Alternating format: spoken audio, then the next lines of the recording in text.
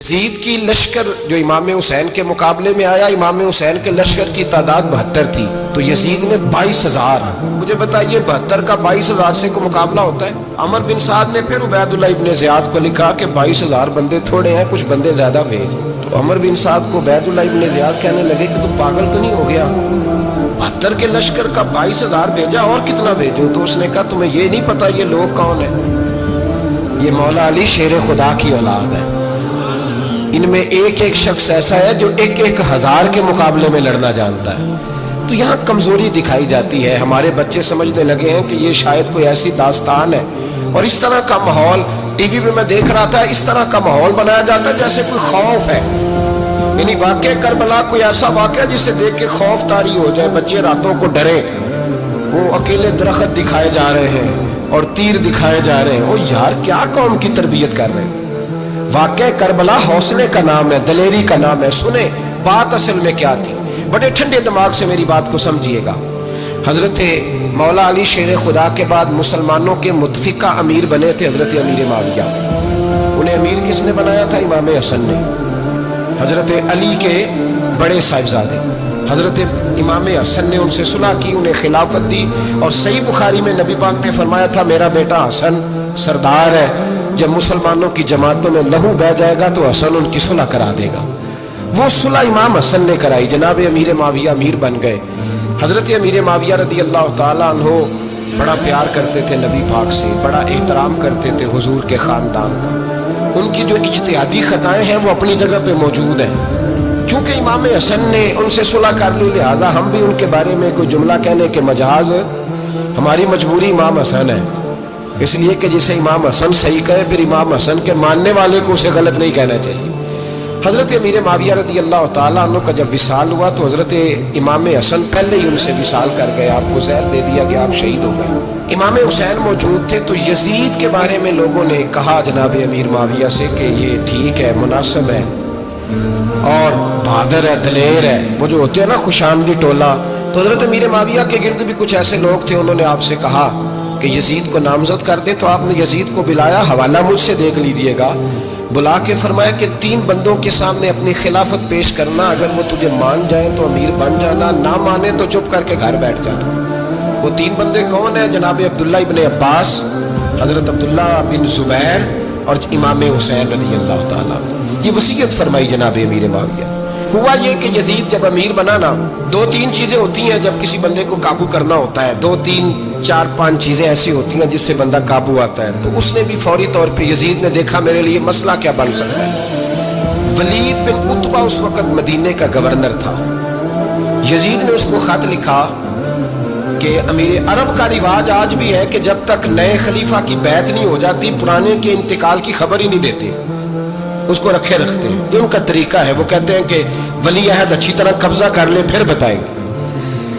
حضرت امیر معاویہ کا وصال ہو گیا، بتایا نہیں. یزید نے اب کیا کیا، کیونکہ بڑا چلاک آدمی تھا، بڑا شاطر تھا، بڑا تیز تھا. اس نے ولید کو خط لکھا، کہنے لگا کہ فوری طور پہ عبداللہ ابن عباس کو بلاؤ اور اسے کہو میری بیعت کرے.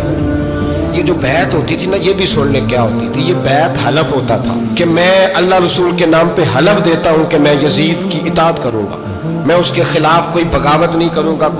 یہ بیعت لوگ سمجھتے ہیں کہ بس ہاتھ پکڑنے کا نام بیعت تھا. اس بیعت کا متبادل جمہوری ملکوں کے اندر ووٹ آیا ہے. تو کہا بیعت کرے. حضرت عبداللہ ابن عباس کو بھی بلاؤ، عبداللہ بن زبیر کو بھی بلاؤ، امام حسین کو بھی بلاؤ. امام حسین آدھی رات کے وقت بیٹھے تھے مسجد نبوی میں، چونکہ 5 نمازوں کی آپ امامت کرتے. امام حسین نماز پڑھا کے عشاء کی بیٹھے تھے. جناب عبداللہ بن زبیر، عبداللہ بن زبیر کون تھے؟ یہ نبی پاک صلی اللہ علیہ وسلم کی پھوپھی پوتے تھے اور جناب صدیق اکبر کے نواسے تھے. حضرت عبداللہ بن زبیر اور جناب زبیر بن عوام عشرہ مبشرہ صحابی ہیں، ان کے بیٹے تھے. بہت زیرک آدمی تھے. یہ بھی امام حسین کے پاس بیٹھے تھے. عبداللہ ابن عباس بھی تھے جو حضور کے چچا کے بیٹے ہیں، اس امت کے پہلے مفسر ہیں قرآن پاک. یہ لوگ بیٹھے تھے. تو ولید نے ایک بندہ بھیجا، اس نے آ کے کہا جناب آپ کو گورنر صاحب نے بلایا ہے. تو عبداللہ بن زبیر کہنے لگے حسین اس وقت بلانے کی بات سمجھ میں نہیں آئی. تو امام حسین بڑے بصیرت والے تھے، اللہ نے بصیرت دی تھی. کہنے لگے عبداللہ آپ کو سمجھ نہیں آئی، مجھے سمجھ آ گئی ہے، امیر معاویہ وصال کر گئے